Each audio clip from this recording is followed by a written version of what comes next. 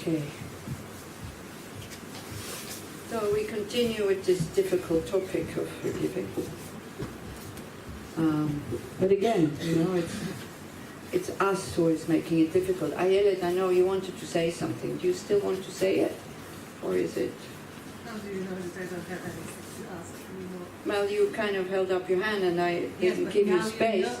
Yes, but now you know that my answer have been... My questions have been answered. Oh, good. Okay. I'm sure you know it. No, I don't. This is why I'm asking. I don't have these qualities. This is why I'm asking if you still want to ask a question or say whatever you have to say. Because I know that I didn't allow you. You do have that quality. It's not me, it's the Dharma. Anyway. You don't hear back there. Okay.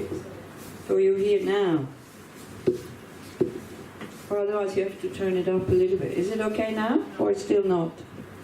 We hear you, but not the other people. Ah, you hear me and not the other people. Anyway, she held up her hand, and then, because I said I have to finish what I have to say, otherwise I forget. And so I asked her if she still has the question. She said no. So then she thought that I knew that the question had been answered, and then I said no, because otherwise I wouldn't have asked you if you still have the question. So, but anyway, try not to kind of put qualities into me that I don't have, because otherwise you'll be terribly disappointed. It's usually the people who then, after a while, when they know me really well, when they have a problem with me, it's those who put me far too high up. And then, of course, then they're disappointed. But I'm sorry, it's not my fault. Yeah, because I don't think I am kind of trying to fake qualities that I don't have. I know where I am. I am angry. I can reject people. I used to have, before the practice, big problem with dislike for people that I just couldn't stand. They would just get on my nerves. And I had no ways to... I didn't even see it as a big problem. It was not pleasant, that is true. I did hurt them. I didn't feel good about it, but also I didn't go to the feeling bad because I just ignored it. And I had a very good excuse as an alcoholic, of course, Whenever I said something that hurt somebody, oh, I was drunk. That was it. Then when I stopped drinking, then I had to start paying attention to what I'm saying. But I still had no good methods to dissolve that dislike that sometimes just comes very spontaneously. I don't know if you know what I'm talking about. There's some people that just get on our nerves. And then we show it also. I mean, it's not that we show it voluntarily, it's that we cannot act in a different way. And this is what we have to understand also. So if you're not like this, if whoever comes into your focus, you just spontaneously like them, you don't know what I'm talking about, and you don't know how this is. So please don't judge others when they're constantly angry, or that you feel that they don't like you and they express it by their behavior. They have no choice. They don't have the freedom to like you or to dislike you. They do dislike you. So get out of their way if you can, instead of kind of trying to be kind to them. That's the worst. If you try to bring them coffee and all this is, they don't want to see a kind person. They cannot see a kind person. And in order for the anger or the dislike for it to keep up, they cannot allow you to be kind to them. And I'm talking from personal experience. It's a horrible mind. And it's so stupid because somebody comes and says, hey, come on, what's wrong? What are you going to say? Nothing is wrong. And that's what you say. Nothing. What's wrong with you? So please have some compassion for those people instead of judging them. Nobody has the choice to get angry or not angry. Only very realized beings. Only those. You also don't have the choice yet. I think I don't have the choice yet. But I feel it when it gets up. And then I can go inside and look at it, give it space. And then very often it just evaporates. But it took me 30 years to learn that. A very serious practice. And not just reading books, but really sitting down and doing it. So this is what I mean. It's like, this is the problem with anger. Anger is always right. Okay? When anger comes that way, when I am angry at all, as long as I'm angry, I think I'm right. When the anger goes, and if I'm really if I started to look at my mind and my behavior, then I go like, oh shit, like what did I do? But then it's so painful to see that, how we don't have power over our mind. It's very, very painful. So we prefer not to see it and not to address it. Yeah? So then when Or gets angry at me because I started the whole thing, then it's definitely not right from my side. Why does she react like this? She can tell this to me in a different way. Why is she angry at me? Yeah? I don't know if you ever noticed that. When anger goes that way, it is always right and justified, and it has to be, as long as you're angry.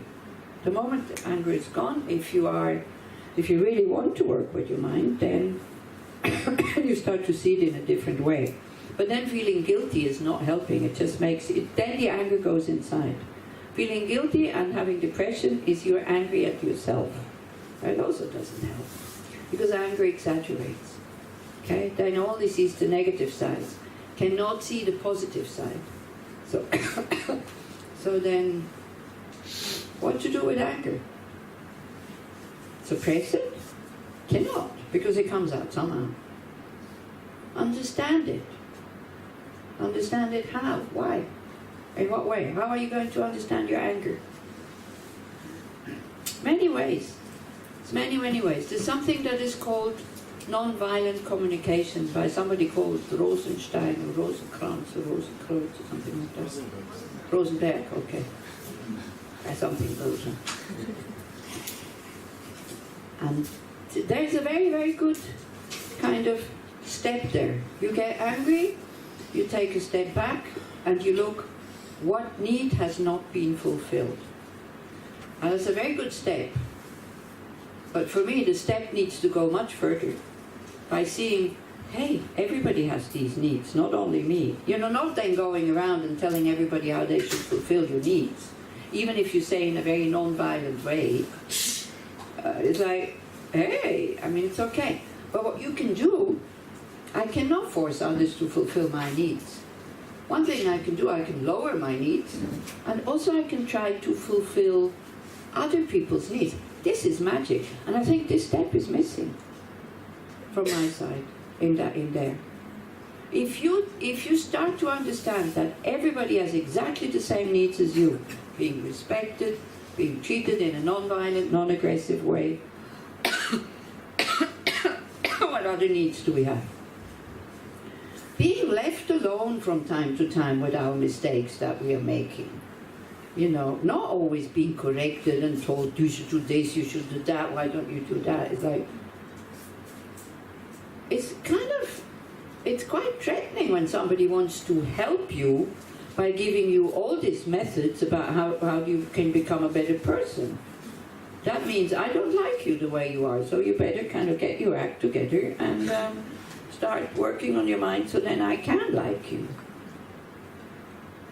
There was one quote at one point, I think it was in Facebook, I really liked it. It said, you don't have to change people, you only have to like them. But we think we have to change them so that we can like them. But if you have a mind that is very discontent, like a very demanding mind, it should be this and this and this. There's some people who say, no, I'm not talking to those people, they're stupid. It's not worthwhile I spend time with them. They're not intelligent. And they think of themselves as very good people. Yeah, that exists. You might be one of them.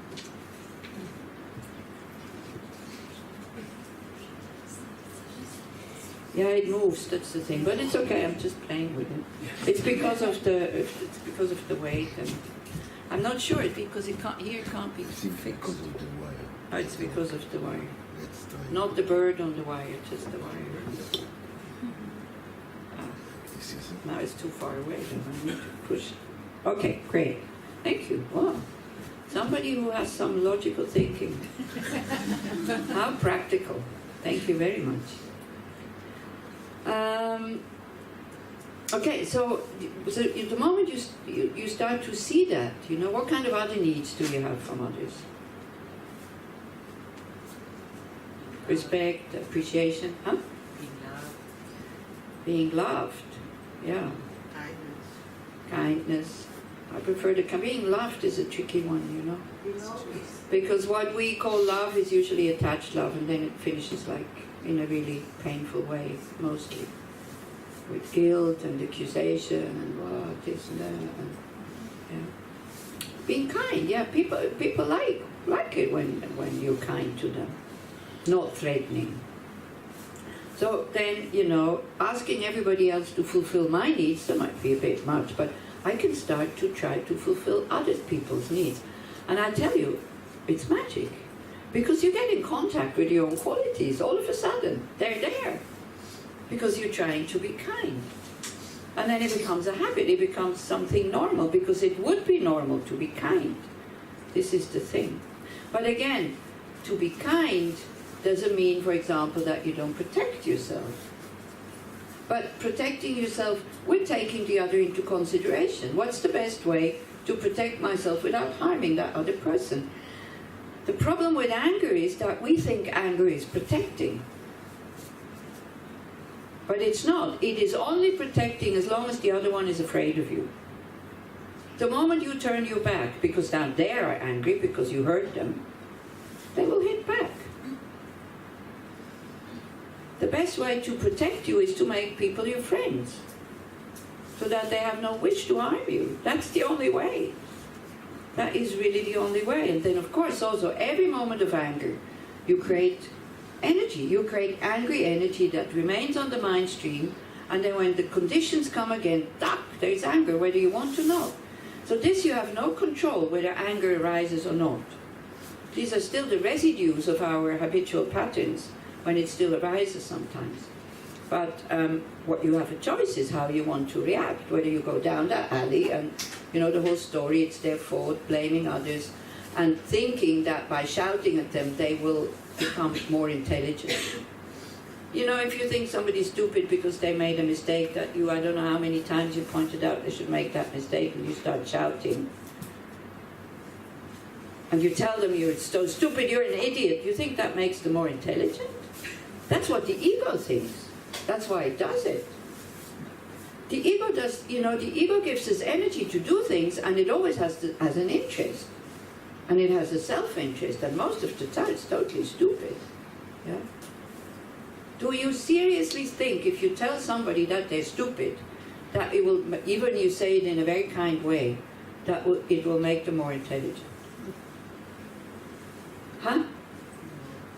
What? No. No. But we still do it. Or at least we wish to do it. And if somebody else comes along and says it, then we're quite happy because we weren't the bad one who said it, isn't it? Finally somebody says how stupid they are. You know, nobody chooses to be stupid. Intelligence also, you know, can be trained.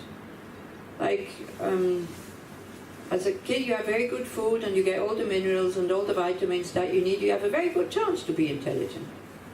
If it's lacking, then not. Yeah? It's also a brain thing, this whole thing, how your brain works. And then you can train. No big deal. No big deal. But it's a great source of arrogance, being intelligent.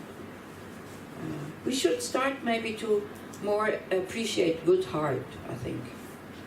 You know, to honor those people, to say, oh, I really like to be together with them. That's such a good heart. They're so kind. Yeah. But when they're a bit simple, then we don't want to be seen with them, by all our high upper class kind of intellectual friends. You know, spent nights in discussions that are totally useless kind of thing. Okay, how did it go with the forgiving kind of thing? Can you see how the same act, I should have even said, take the same act when you have done it and when somebody else is doing it, how it takes totally different proportions. The same with the anger, if it comes that way or if it goes that way. Have you noticed it? Not? Yeah. So who is right? Somebody that I said a word, I was inattentive, I was in a bad mood, and then the person feels hurt and they kind of shut down. I think like, hey, so what? I mean, it's such a small thing. If it's done to me, I only notice this. I really like to have so much contact with so many people because they point out the things in a way sometimes not even very direct. Somebody got bitten by a monkey at Tushita. So somebody else asked me, was it bad? I said, it's just a scratch. And then he said, oh, then he didn't bite you, did he? I said, yeah, it's true. Because with me, it wouldn't have been, just a scratch. With me, yeah, look, here, blah, blah, blah, blah, blah, blah, yeah. Again, then I noticed how totally different it is which way I look. And then I can start to become, as Shlomit said, more balanced, to go in the middle. Hey, okay.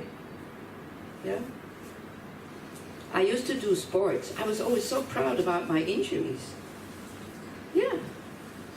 Anybody else does that? Climbing and skiing and stuff like that. I was very proud of my injuries. So, if it would have been a work accident, I would have blamed the employer. Probably. It would have felt miserable, but same thing. Just try to see it when you go to hospital, when you go to people with sports accidents, how they feel and how they are, and people who are just sick or have work accidents. Totally different mind state. Totally different. If it's not too bad, if you know that you're going to recover. Of course, if it's paralyzed or something like that, they also not in such a good mood. But if it's just broken limbs, it's okay. So, forgiving is difficult, yeah? I think we have to honor that fact. But there's a few steps that are helpful if you do it. So one is, you know how you feel, and you're able to express it with words and tell a trustworthy person instead of holding it in. It's very healing to share it. Not in a, imagine what they did to me, because then again you're focused on the other person. But to really be able to express your feelings. Many people are not able to do that because they're not in contact with what is going on inside. Then another step would be a commitment to yourself that you will do everything to feel better for yourself, not for others. To kind of try to understand that resistance that we have to forgiving, to ask yourselves why, and to really also feel the pain of not forgiving. Okay? So forgiving, also you have to understand that forgiving is not necessarily a reconciliation or condoning of the action. Find peace through understanding what I just explained before. Whenever you get hurt, you have a feeling as if the person did it on purpose and that they had a choice either to do it or not. How many times do you really plan to hurt somebody? In a very realistic and of course, when you are angry, then there's this wish to harm. But how many times when you hurt somebody, did you really plan it, and did you have a choice whether to do it or not? How many times? Huh? Huh? Never. But when the hurt comes this way, we think that they would have had a choice not to hurt us. And that's not understanding anger. Not understanding your own anger and not understanding other people's anger. You also have a part in this. You're there when they're angry. That is your fault. That is your responsibility. And you bring up their anger. Not voluntarily, but either by reminding them of something or of somebody that has harmed them, or by showing sides in you that they also have but they don't want to recognize it. Usually it's that one. Yeah? So like this, by kind of bringing them together with their own negative sides. Okay, so it's like find peace through understanding. There's a lot of things to understand in forgiving. Yeah? Forgiving is good for me. The other, well, yeah. Blame less, take it less personal, and change the story. Also, another good step would be, or good point would be, get right perspective. Recognize that the pain comes from hurt feelings, thoughts, and physical upset now, not from what happened then. We schlep it with us. Whatever people do to us, it's long past. So how can it still hurt? It's like having a scar who is totally healed and say, oh, look! Or no, it's worse. Scratching it open to show how bad this is. There's a story also from the Buddha. Like, he says, you know, if somebody shoots a poisoned arrow at you, and the arrow doesn't fly long enough, and it falls in front of you, but you know it's poisoned, then you have the choice to pick it up and stick it into you yourself, or to just let it be. And this is what we do at night, you know, when we mull it over the story. We pick up that arrow, it's lying there. You know, person is gone, it's lying there. We pick it up. Wow, yes, it's poisonous. Wow, yes, it's horrible. Wow, yes, this is terrible. That's what we do. We can leave it and say, oh, good thing it's finished. Good thing, yeah, it has happened. He shot it, but didn't hit me. And what if it did hit me? Huh? And what if it did hit me? If it hits you 6 years ago, the poison is long gone from your body. Yeah, you can take it out. But no, even it hits you, we take it out, put it there instead of throwing it away, and we continue to hit ourselves. This is the remulling of the story again and again and again and again. Now, it's okay to tell your story, but always take the same person that you tell it to who doesn't react. It will get so boring. You know, if you have a very good friend who can endure that, I can if you want. You can phone me every day and tell me the same story, and I will just say, yes, yes, yes, yes, this is not nice, or yes, this is terrible, yes, this hurts.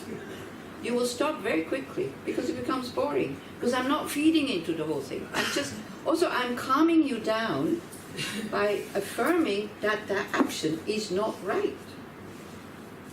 But then the problem is we go to, you know, it becomes interesting again and again and again because we always choose other people to tell it to. Yeah? So you need to have the same one, and then it becomes boring. So then we let go. Yeah. So when you feel upset, practice stress management to reduce body reaction of fight, flight, or freeze. This is usually what we do. Instead of opening up, we fight, we hit back with words or even with actions, or we flight, we kind of run away, or we freeze. This is the reaction that comes from the reptile brain with the adrenaline. But we can also open up. And stress management means you let go of the story, you let go of the person, you come inside, how do I feel? That's stress management. And you open up. With each out-breath, you open up. And then a lot of other things, you know, knowing about emptiness and all this, but it's complicated, this you have to study. Now, give up expecting things that others do not want to give you. Especially when it's something romantic. There is so many other people who might want to give you what you want from this person. But by wanting it from that person, You don't allow others to give it to you. This is how stupid we are. You know? Make space in your life. Let that person go who doesn't want you. Is it too harsh when I talk like this? Can you bear it? Well, you know, people who shake their head now, I'm sure they don't have a situation like this. So this goes for people who are maybe in a situation like that when the relationship just finished for another woman or for another man or for whatever reason. Yeah. But this is a good one. Give up expecting things that others do not want to give you. Give it up. What's the point? You just make your life miserable. Be flexible. See the good things that you have, instead of always mulling around in the things that you don't have. Yeah? If we kind of concentrate on what we don't have, of course we feel needy and poor and oh, poor me. If you look at the things you have, it's great. By the way, practicing generosity, which will happen soon, this afternoon, it's also a spiritual practice, and it's not for you to give more money, okay? But I have to say it because also I don't really care, to be honest, because I have enough to survive, so it's okay. But practicing generosity is one of the spiritual practices that you feel an immediate result if you give a lot. If you give very little, there's no joy in it. Unless you have a mind that says, wow, I got all these things and I didn't have to give anything. You know, when we started this whole thing about dana, that imagine how much courage these people have to trust you that you give enough to pay, for them to pay the kibbutz, or the food, and for the bed that you're using, and for the hall here. They trust you, that you take responsibility. And it works. When we started it, people say, what? It will never work. In Israel, it will never work. But it still works, doesn't it? You haven't gone bankrupt yet. Yeah. And they even, What's that? Hopefully not on the way. On the way? No, I don't think so. I think it's like, yeah. And that's thanks to you guys who are taking that responsibility. For example, somebody who doesn't have much money to still be able to participate if those who have give more than what it's worth. That's how it works. See, if we would have to pay for these courses, how many hours did we spend in here? Quite a lot, yeah? 8, maybe 10. How much does it cost a psychology hour? How much does it cost? Come on, this is a question. 400 shekels. 400 shekels times 8. Yeah. Okay, so. And I think here you get some very valuable things that maybe you don't get in psychotherapy. That's why we don't go to psychologists. You should. Why? I prefer to study Buddhism. Huh? I prefer to study, to practice. You're afraid to practice, or what? No, prefer. If you're very unstable, I tell you, that's what I said, you need both. Because sometimes the medicine is too harsh for you to accept it, and then you block. And then you have it here, and it doesn't go down. And then you become even more unstable. So this is what I'm saying. I'm not saying Buddhism is better than psychotherapy. Very, very often, it's good to have both, and to combine it, actually. Now all the therapists go, yeah. I'm serious. It depends, you know, if you see yourself as a very stable person, then by all means. If you can take it that somebody dislikes you, and it's okay, by all means. If you're not, then it's good to do both. And then it can become a healing process. Otherwise you can then go, you know, again, the guilt increases because you're not able to put these practices into action and all this, so then it's not very helpful. That's what I mean. So, or did you want to say I prefer Buddhism because it's cheaper? Then it's not the right motivation. Definitely no. It's like saying I'm not taking the right medicine. I take this one because it's cheaper. Okay.